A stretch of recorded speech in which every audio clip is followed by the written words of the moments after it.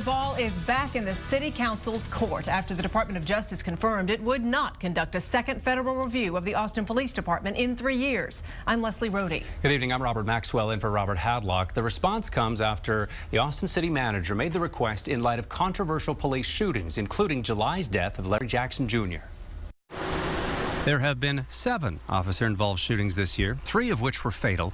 Now, the NAACP spokesperson in Austin says City Council has the ultimate role of policing the police. City leadership has to take hold of this issue and be accountable, and thus far they haven't. I mean, they've been running away from the issue. I think now they're going to be forced to come up front and talk about police policies, accountability, and telling that directly to the people that live in this city who vote for them. That reaction comes after the Department of Justice told City Manager Mark Ott the city already has the tools it needs to manage its police department.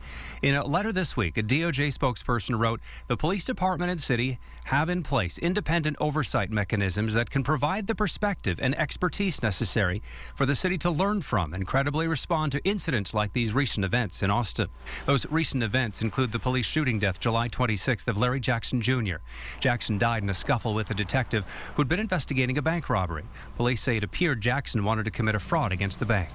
In 2011, a first DOJ review produced more than 160 recommendations, most of which APD has put into place. They included reforms to the department's use of force policy and better investigation of citizen complaints. Echoing the NAACP, the Texas Civil Rights Project says the City Council has to be the final check in making sure APD practices mirror its policies. It's the City Council that should be taking responsibility now, not asking the federal government to come and try and solve their problem for them. They need to step up and take ownership of this. And in his response to the Department of Justice decision, City Manager Mark Ott wrote this, quote, "I have directed Chief Art Acevedo to conduct an internal review to determine if our tactics are consistent with our policies. The chief has committed to providing a report to me," he said, within 90 days.